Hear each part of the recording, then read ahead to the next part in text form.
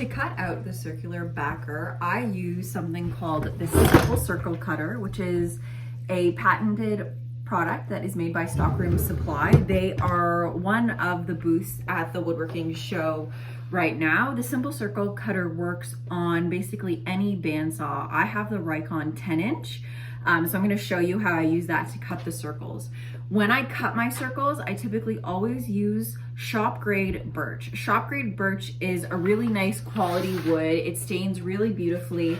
And it's also fairly inexpensive compared to something like a Russian or a Baltic birch.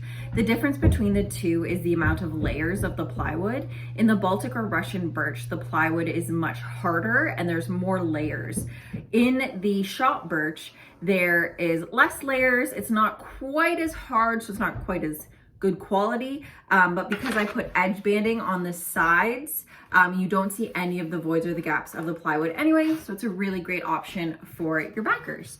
So let's get started. The way the Simple Circle Cutter works is just basic math. So when you look on this, if I want to cut a 20-inch circle, I will line it up with the 10 here and the 10 here. So I am going to slide it onto my bandsaw like this. It's lined up with the 10. So then that means when I put it in the 10, it's gonna cut a 20-inch circle.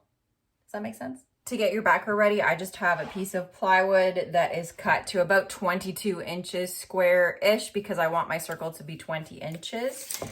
You're gonna find and mark what is somewhat the center. Whoops. And then you are just going to nail in this little pin. This is what it will rotate on with this Simple Circle Cutter. And because that's such a tiny little hole, you could fill that in if that's your front, but I typically always try to put that on the back, so it doesn't even matter. So like I said, if you're cutting a 20-inch circle, you want to line it up. If it's 10 inches here, you want it 10 inches here to make 20, so it'll slot into this one here. There are many ways you can cut a circle, and this Simple Circle Cutter jig makes it really quick and easy to cut circles of any size on your bandsaw, which is why it is my preferred method of cutting circles. And there you have it, a perfect 20-inch circle. Once you have your backer cut, what I like to do is apply edge banding when I'm using plywood for my backer. So when you look along the edge, you can see the layers of the plywood, which some people are okay with seeing, but edge banding is a really simple way of elevating your product to make sure that it has a really nice, smooth, streamlined finish. So edge banding, if you don't know, is simply a sticky piece of wood that you can apply to the edge of plywood using an iron or a heat gun or whatever it is that you use to apply it so that it conceals the plywood edge.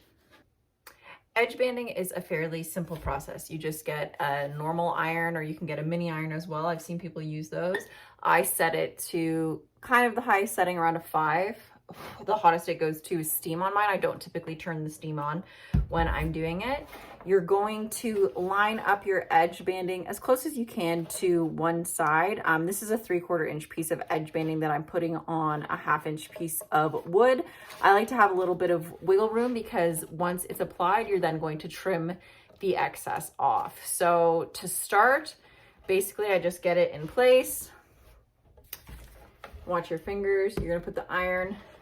This is a terrible video, I'm sorry. The iron to get it in place. Once you have the first section down, I just hold it down. If you don't have rough hands, you might want to wear a glove so you don't burn yourself. And then you're just going to take the iron and go all the way around until you're done.